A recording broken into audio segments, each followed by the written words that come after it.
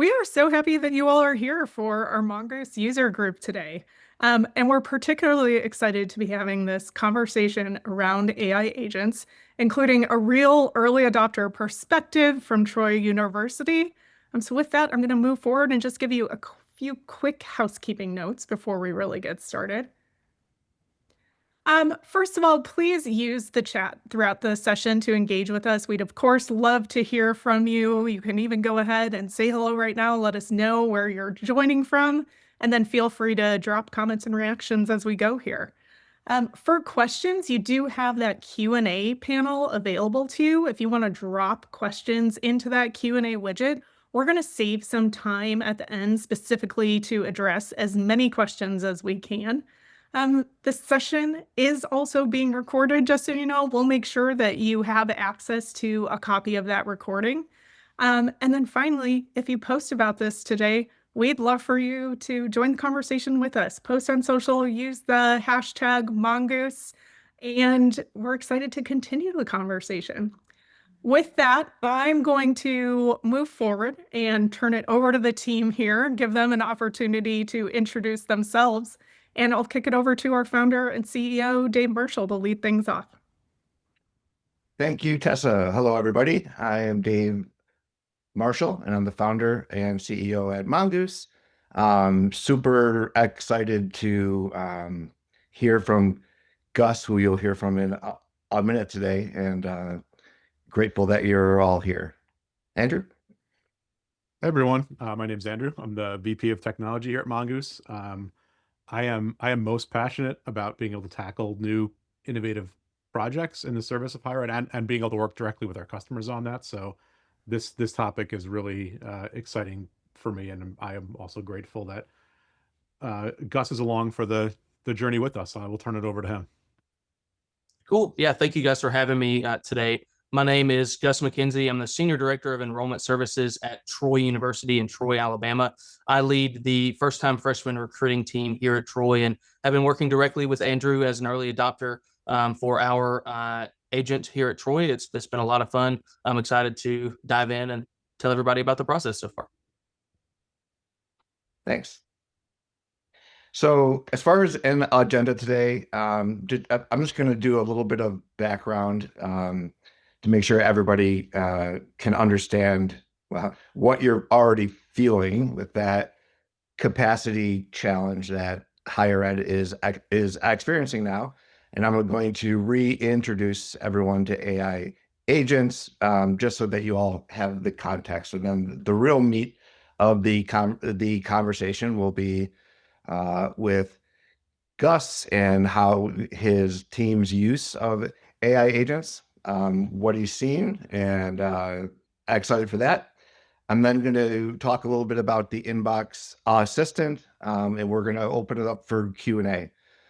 So with that, some background info. I genuinely believe that higher ed is, and this isn't new, being asked to do an impossible task. And whether you're in enrollment or advising or student success or fundraising, the ratio of staff members to contacts that you need to support is just not reasonable. And it's not a people problem. It's not because people in higher ed don't care, quite the opposite.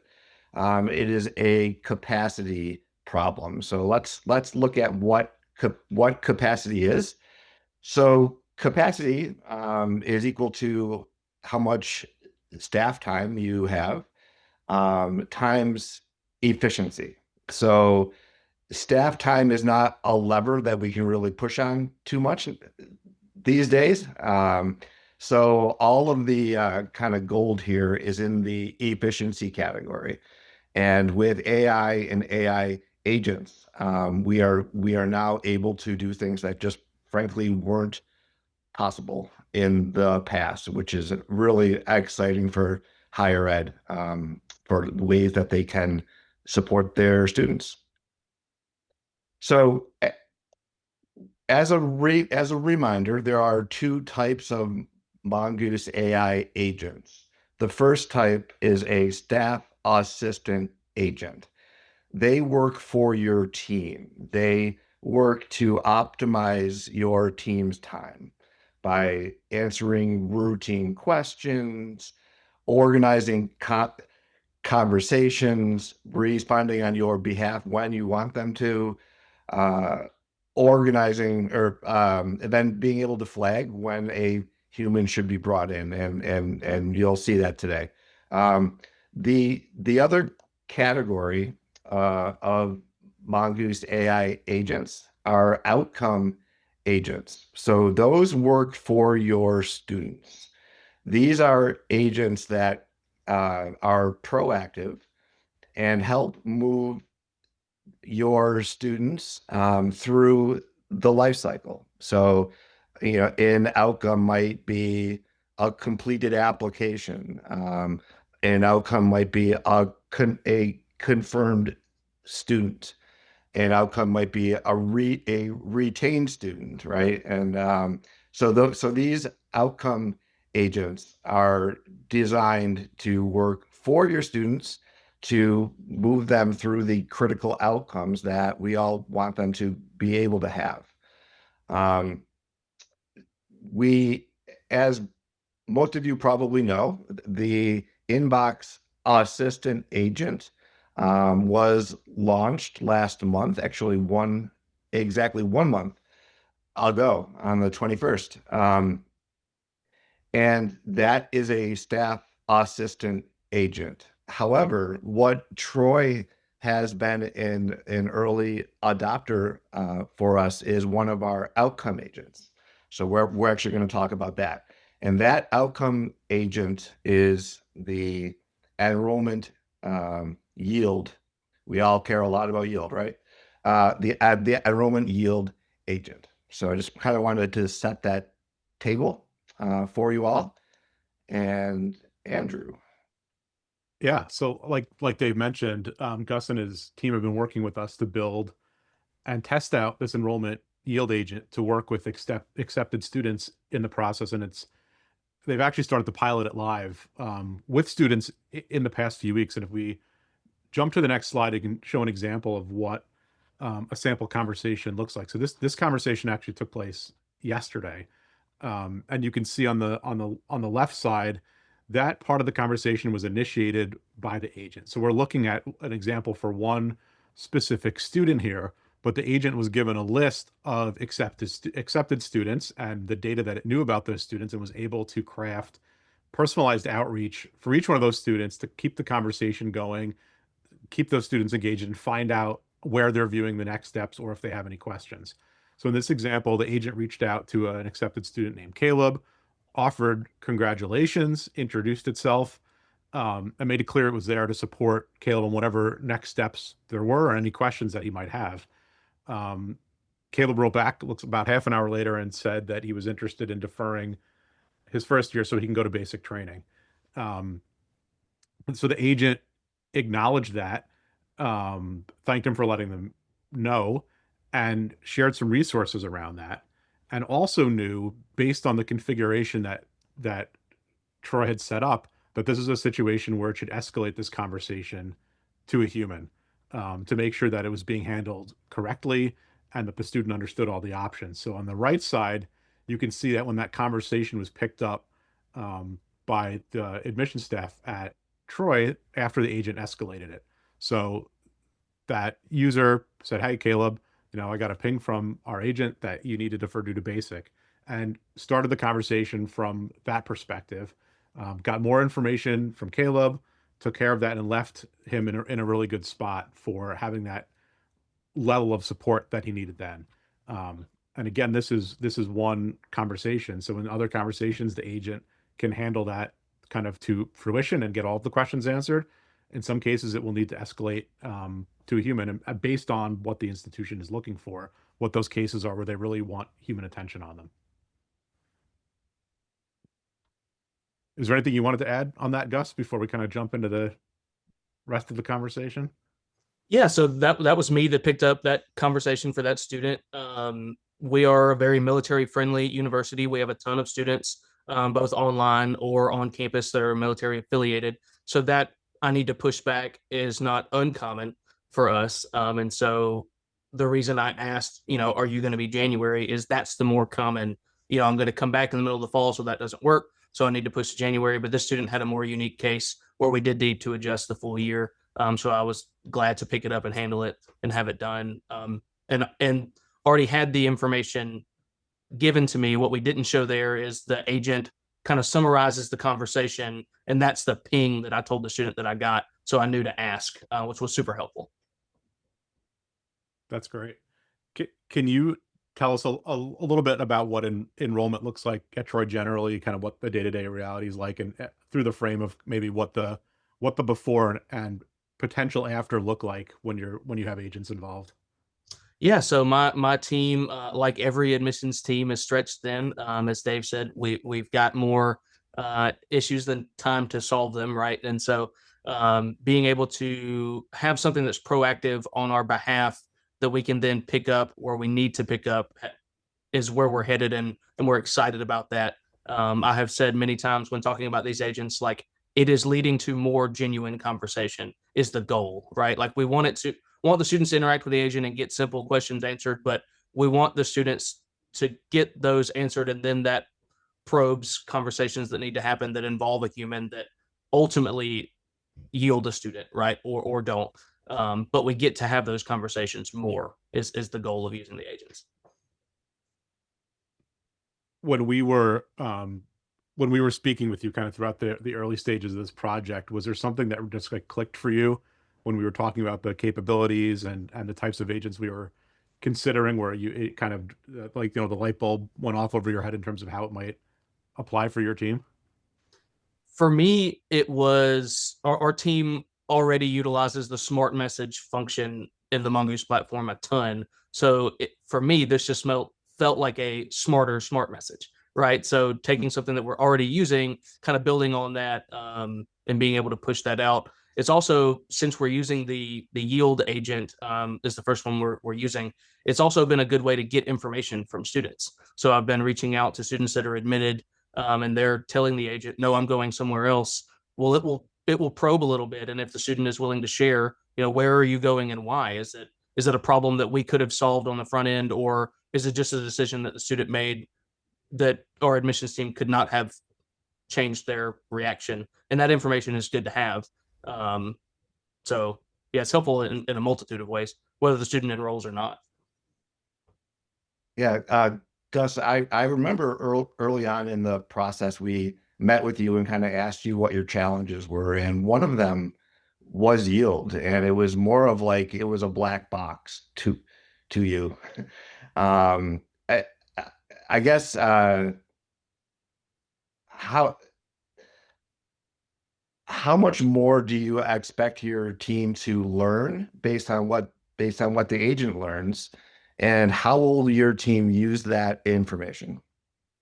Yeah, so kind of the data and information that we're collecting right now will help us strategize for next cycle. So if we're seeing a ton of students that are choosing another institution over ours, and they're all choosing the same other institution, what is it that we are either offering or not offering, or are we not clarifying the financial conversation enough? Like, what is leading the students there, and should they be considering us earlier in the process, or kind of where are we, losing in that battle?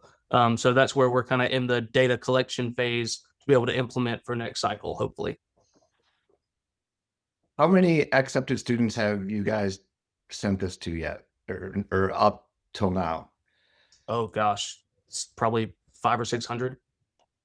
Right, and so that creates, what is the response rate been like? Is that 500 new conversations, or half of them That right is back? 500 initial conversations. The response rate is not exactly where I want it to be, but we haven't unleashed it to the entire admit pool either.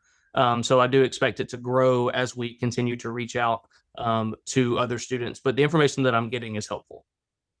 Okay, and how many accepted students do you have? About 10,000. And trying to reach out to 10,000 students without an AI agent wasn't possible, I'm going to guess. Correct. Yep. Nice. You said something earlier, Gus, I wanted to come back to, and it was a kind of about how the idea that agents should lead to actual more human connection and more human conversations, which I think is maybe a little counterintuitive sometimes when people think about AI or they have concerns that AI is going to kind of strip the humanity out of our interactions. I wonder if you could explain a little more about kind of your thoughts there, because I think it's in line with the way we view it as well. Yeah, my thought process is if the student can get the simple question answered by the agent, it will then lead them to ask deeper questions and start getting into the decision making like mindset. And once they enter that mindset, that's when they want to connect with a person, whether that's us getting them to campus on a campus visit or just picking up the SMS conversation and being able to talk with a student over what they've got going on. It kind of gets you to that deeper conversation level faster, and the student receives their quick hit, answers faster, and it cleans that up off of my team. So the students reaching out, hey, how do I get my login information?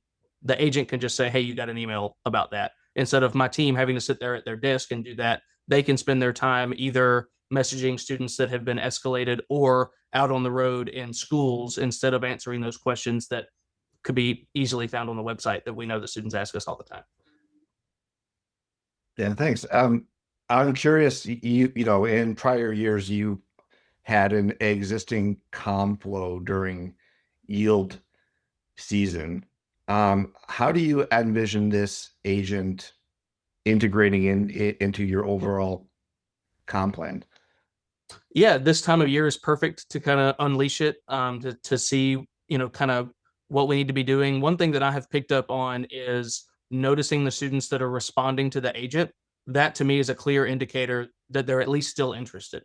So do we need to reach out to them in some other way? Do I need to have their admissions counselor reach out via their personal Mongoose number, because that's the number that they get the most messages from, to kind of spark that conversation? So it's giving us like hand raisers. Hey, I'm still interacting with Troy. This is not too late in the process to yield that student. That's incredibly valuable, obviously. It is the 500 students that received the outreach from the enrollment yield agent, were they all from the same territory, or was it across multiple? It's across multiple. So we work with a partner that surveys our admit pool and kind of determines if they're likely, less likely, more likely to enroll at Troy. So some of those were those survey responders that I reached out to. Some of the others, like the conversations that I started yesterday, where I went and pulled our top 3 high schools and said, okay, these are our top 3 high schools with admitted students. They're likely to yield because they're close. There's affinity. Let's have it reach out and kind of get some information there. So, but not just close ones either. We've reached out to some that are 2 hours away, just trying to get a test across the admit pool. And to be clear, the reason that you're only reaching out to a subset is that this is a new product and you want to watch to see how the agent performs. Yes. Yeah. To make sure that it's giving the answers that we want. And so far it has been. There's been a few notes that we've had to tweak and change, but overall it's been pretty seamless. And working with Andrew and his team and just sending over a quick message in Slack or even in the agent itself, I can give it a thumbs up or a thumbs down on the message. Hey, we like this or we don't like this. Let's tweak it. Making those tweaks has been pretty easy. So once you're through this, call it a pilot phase, how do you envision using it? Like, will it reach out to all accepted students Yes, every that's my week, plan for it. every month? Like what, like how often would you want it to reach out? I would think next cycle will probably start like late March with the initial outreach, and then probably once a month until we get to August and get to census date, just to keep getting that information flowing. Mhm. Have there been any conversations that have surprised you? There was one yesterday that I had where the student was, we don't have an enrollment deposit at Troy, just for everyone watching. So we track the orientation registration as kind of our flag of I'm going to attend. And the student was like, well, I don't know if I'm going to go or when I'm going to go or when's the last time to sign up. And I was just frank with them, like, hey, space is filling up. Like you need to go ahead and register. And so that we got to that point was surprising to me because I hadn't gotten there yet, which was really good. So I was excited to kind of get to the conversation of like, yeah, no, let's pull the trigger. Like you're telling me you want to come to Troy, let's take the steps that need to happen for that to be true. And he did it. Yep. Great. I know you've been personally highly involved in this, call it like onboarding, really. Yeah. Like, you know, we've met with you and talked about guardrails and how do you want to communicate and what topics are off limits and all of these types of things. How aware is your staff about the agents and how are they feeling about them? Oh, they're very aware. They were involved in the building of it as well. So I would set it up on my computer in the test environment that we had, and I would just pull them one by one, like, hey, it's your turn to go blow up the agent, right? And so some of them had a lot of fun pretending to be students and getting to ask it questions. And so all of their feedback was built into the product as we were building it. I also used my student workers in my office. Hey, give me the student perspective. All of them were like, this is really cool. I wish this thing had texted me. So I got some really good anecdotal information from our student workers and our staff, and they have been aware. And we've got a staff meeting tomorrow morning, and I'll get to show them how easy it is to send out an initial message. I've got a couple of segments that I'm going to build today to be able to do that kind of live in front of our staff, which is exciting. That is. So I've a lot more questions though. So the your team is excited. Is that because it's cool new technology, or they see kind of hope at the end of the rainbow that they're going to get their time back, or you know, what are the reasons that they're excited about this? Some of both. I mean, some it's new and cool and unique, and they haven't seen it before.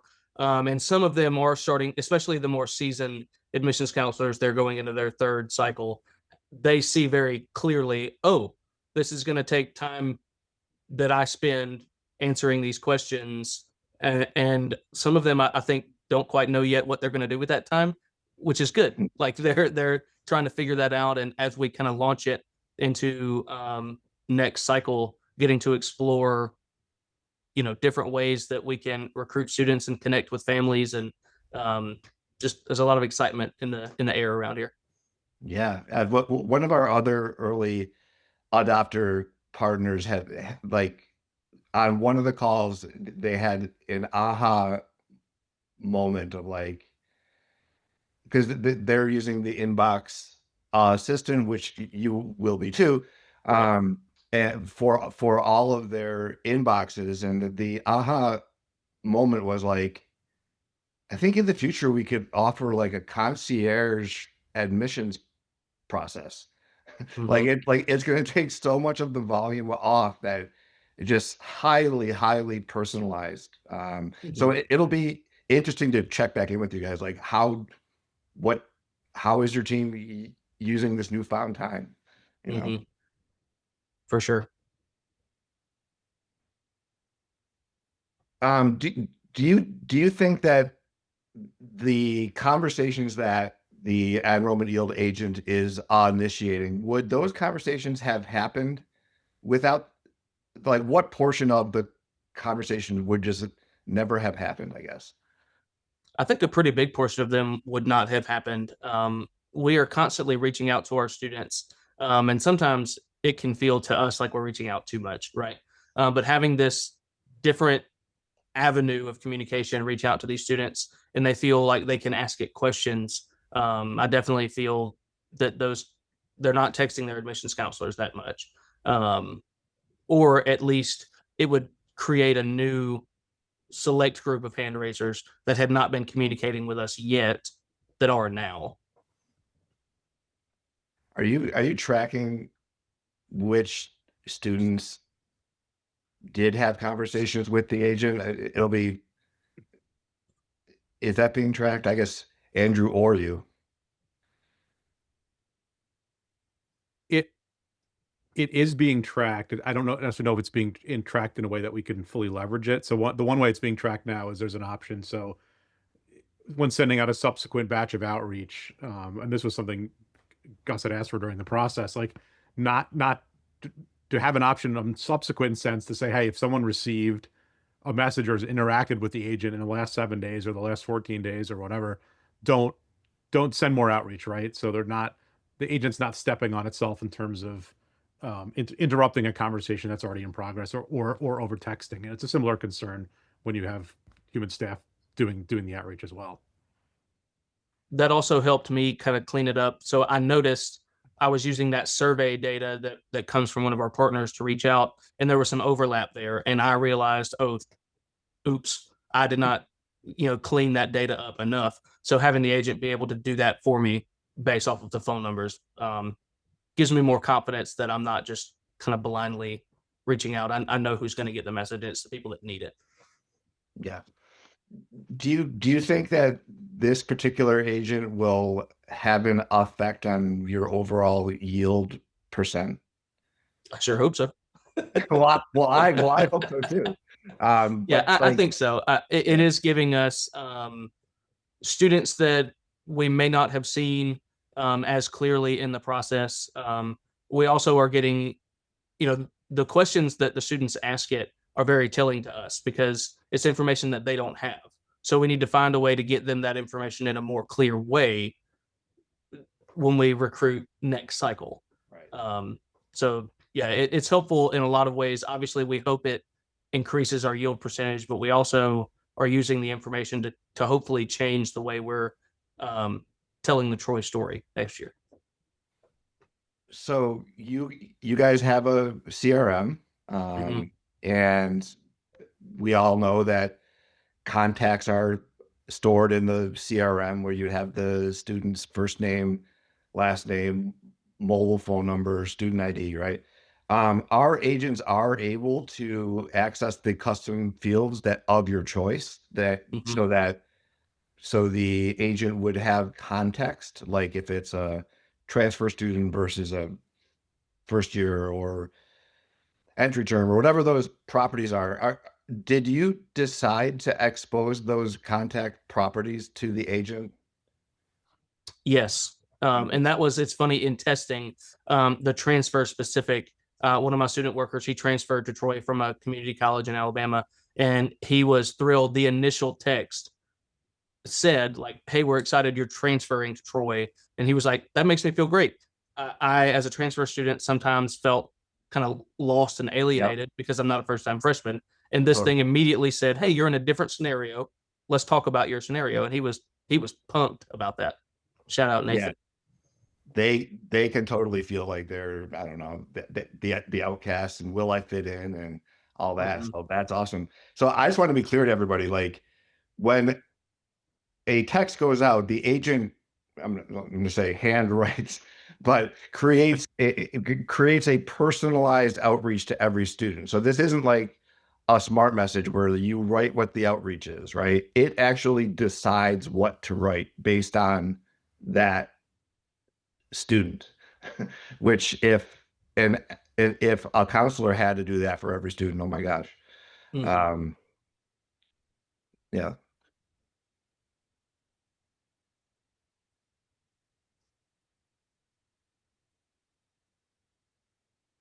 Andrew, do you have any other questions?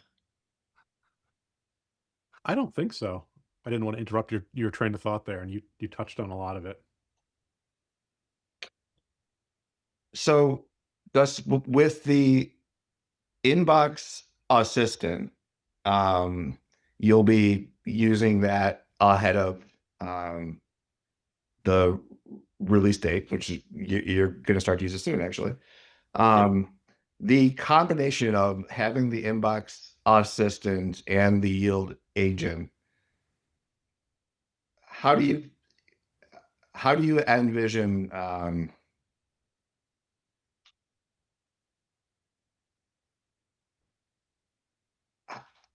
well, first let me ask you, how many inboxes are you going to put the inbox assistant on?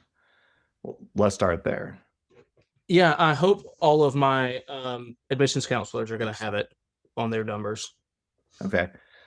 Do you know, are you going to encourage your team to use it exclusively as like in like for after hours? Or do you think you're gonna have them use it like during the day too? During No, more they'll definitely be using it during the day too, especially like if you think about the average work day of an admissions counselor at a university, their desk time is usually limited, right? They're driving to a high school, they're at a high school, they're driving back from a high school. So being able to have questions being answered while they're driving and they're not texting and driving, which is great.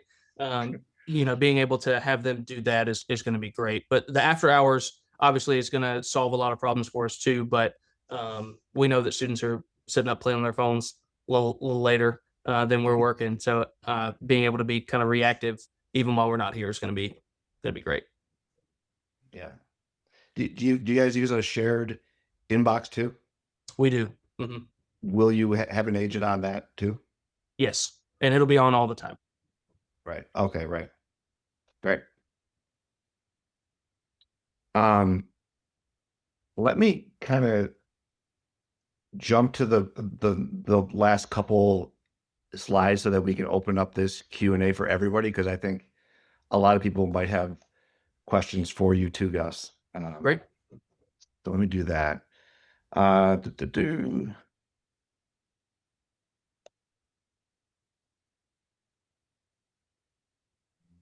So this was the conversation.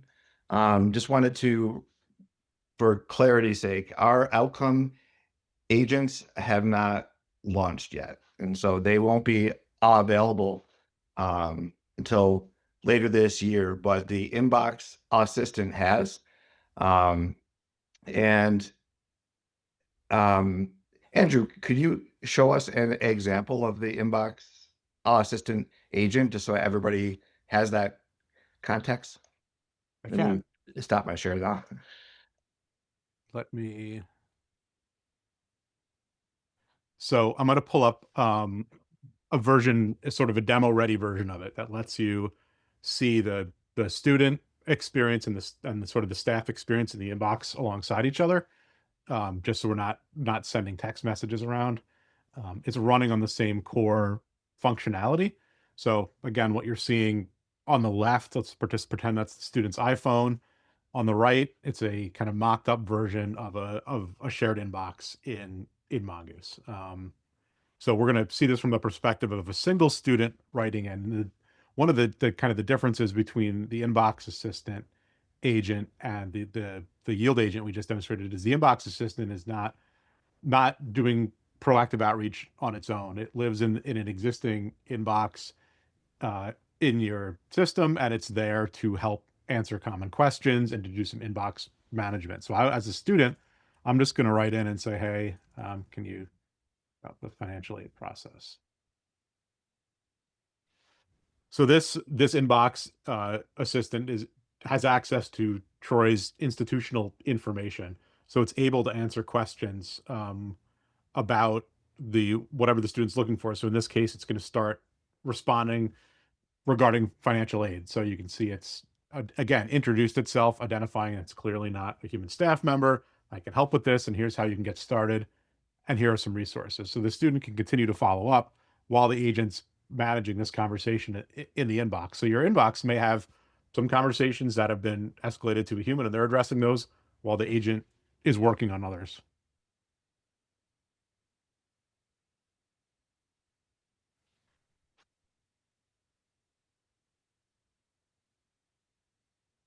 Again, this is a demonstration, but obviously the same functionality applies. That someone on the admissions team can monitor this at any point, watch the conversation so there's full transparency. They can pause the agent on this conversation if they decide proactively they want to jump in based on how the conversation's going. And again, escalation can happen automatically based on the rules. So in this case, I'm just going to ask for help.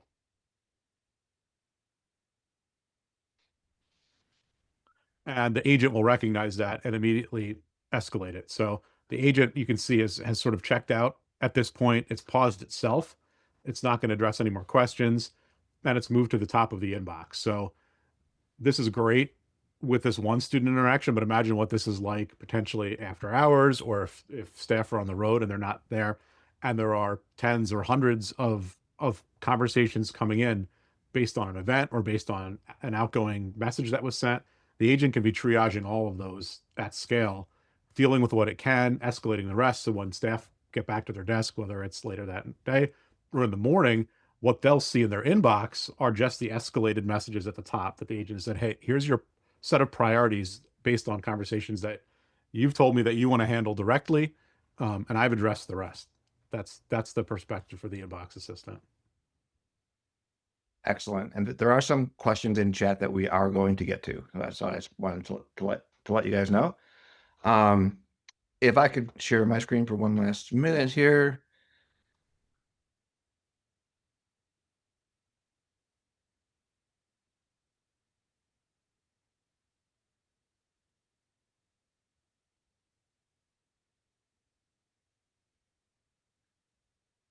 So that is where we talked about the inbox. Oops, I'm sharing everything. Hold on a second.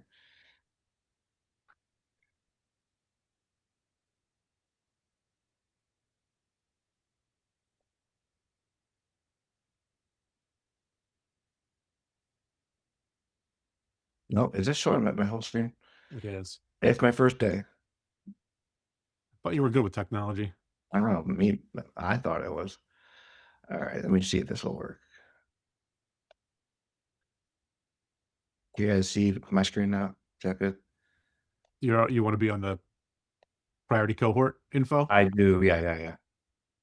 Okay, so for the inbox assistant, I just wanted to remind folks that we have created a priority cohort program for the first set of schools that wants to implement the inbox assistant. Our early adopters are going to be part of this program too. So they'll be kind of rolled into it. So you'll be able to learn from them.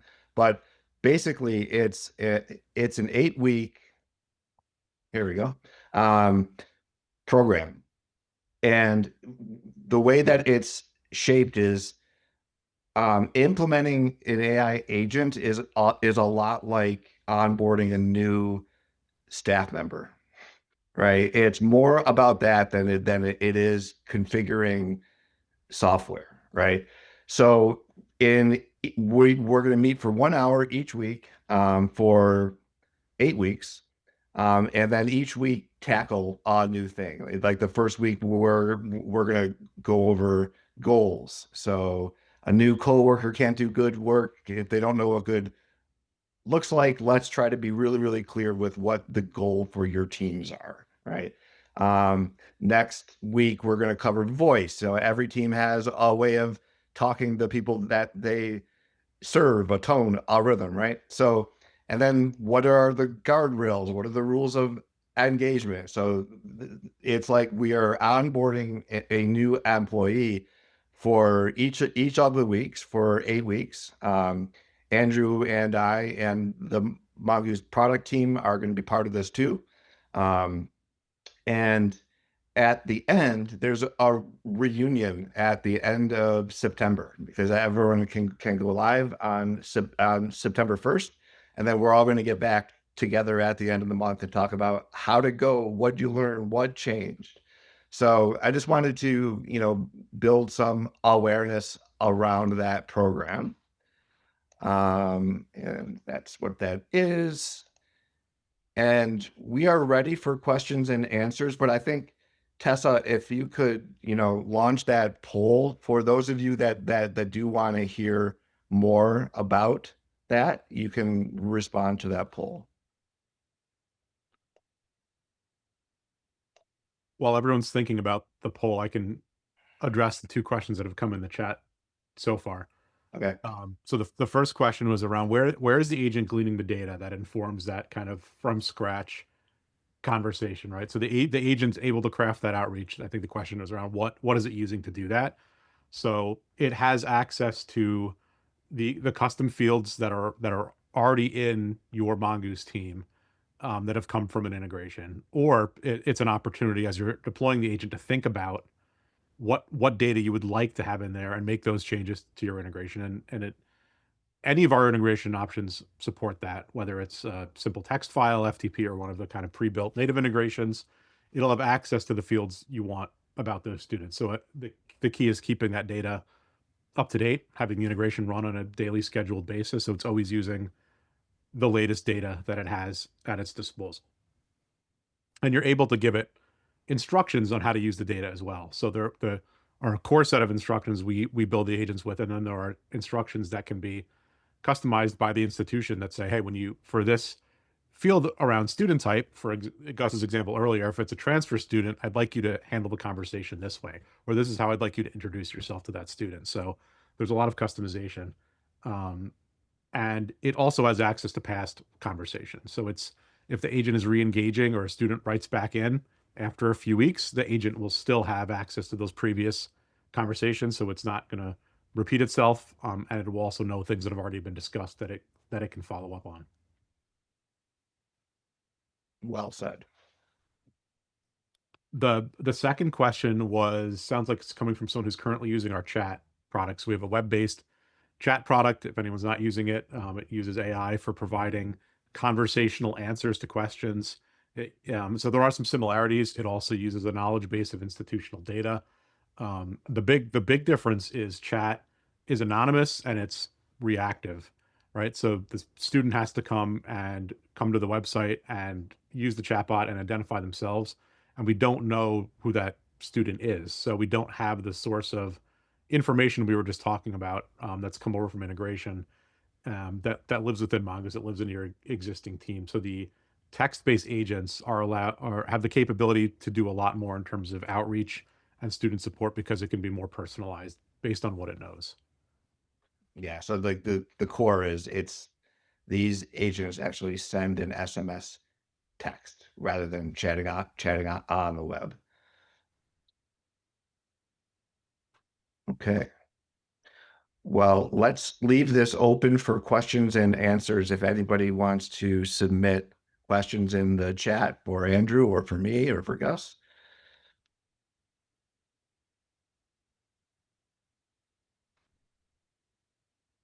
I guess, Gus, what properties did you choose to allow the agent to have access to? Yeah, so pretty much our whole data file that's going back and forth. So it's going to know the student's personal information, obviously, first name, last name, phone number, email. It's also going to know, for us, we have multiple locations and Troy Online as a location. So it's going to know where their intent to enroll is. While we're primarily using this on the traditional side, I see a ton of use for this on the non-traditional side as well, as we kind of build it out. But so it's going to know that. It's going to know their entry term, whether they're freshman or transfer or graduate. Even I had it text me, and I'm in a PhD program, so it knew I was at the graduate level and kind of introduced itself in that way. And so it's got all of that plus the students where they're coming from. So high school or community college or whatever. So we can, kind of have that info. Okay. Yeah. Thanks. So the ones for you, Gus, did you change any of your opt-in language to let students know that AI may be interacting with them? So in all of the initial messages, the agent tells the student, I'm an AI agent, right? So when the students apply to Troy, they opt into getting text messages from us. So this is no different. It just identifies itself as being an agent. And if the student opts out, that is also escalated to a human. So I get a little ping, both an email and on the website.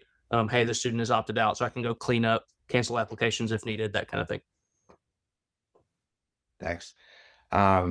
There's a question about if you're a current client, this is an added service. So it works with your existing platforms, but it's one that you can choose to add on. One other thing, that prototype that Andrew shared, where you're able to like pretend to be the student and text in and see what the agent, we can provide that, one of those for any of our clients. If you want to play with it, just let us know. And let's talk about how long is the typical sandbox testing training period before a pilot. Maybe Andrew, if you could take that one. Sure. I'm going to have to extrapolate a little bit because we're, at least for the yield agent, we're sort of building it and testing it as we go. So I think it will be different when it's generally available.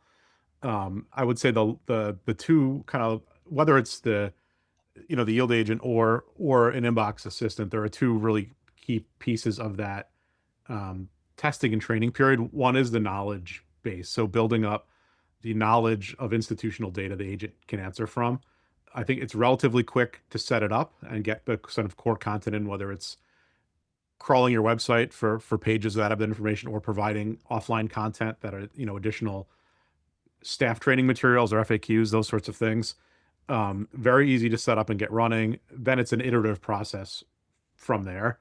And that may be a couple weeks potentially of time where you want to be interacting with the agent internally. How Gus described having the team test it out, have student workers test it out, which was a great idea they had, to find kind of gaps that are either things that are missing, and then we'll add, those are added to the knowledge base, or things that are just potentially incorrect or out of date or confusing. So there's an opportunity to clean up the knowledge part. The second piece, again, is an iterative aspect, but there are custom instructions the agent's given for your institution, for your situation, for how you're deploying it when it relates to the outcomes and the goals and the priorities. So the agent is really dialed in correctly. And then around tone, so having it speak in the voice of your team, just like you would expect a staff member, whether it should be using emojis or not, that sort of thing.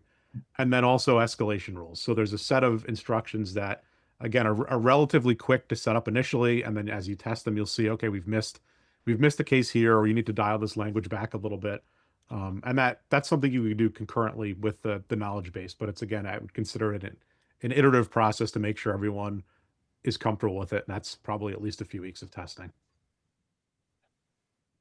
Thanks.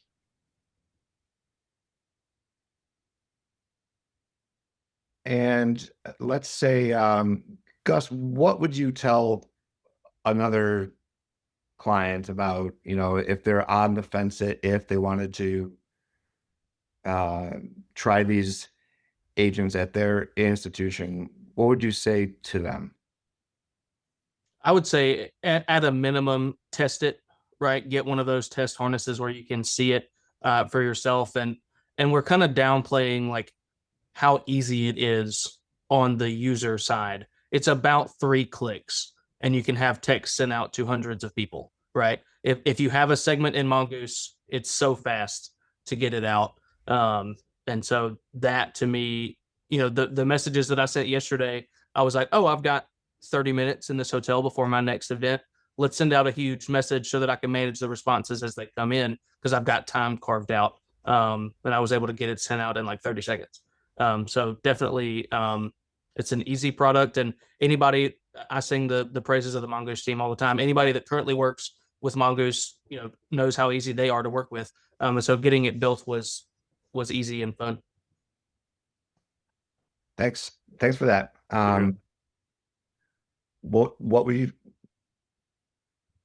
What'd you say, Andrew? Oh, just agreeing. I love to hear that. Yeah, same. Thanks. Well, everyone, we are at an exciting time here. Thank you so much for joining today. As always, reach out to Mongoose support or your CSM if you need assistance. And I really feel that we're at a time where supporting students at scale is going to be not only feasible but easy for the first time ever, and that's pretty wild. So I am grateful to be on the journey with all of you.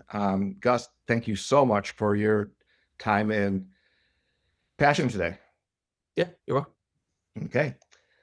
Thank you, everybody. We will see you next month.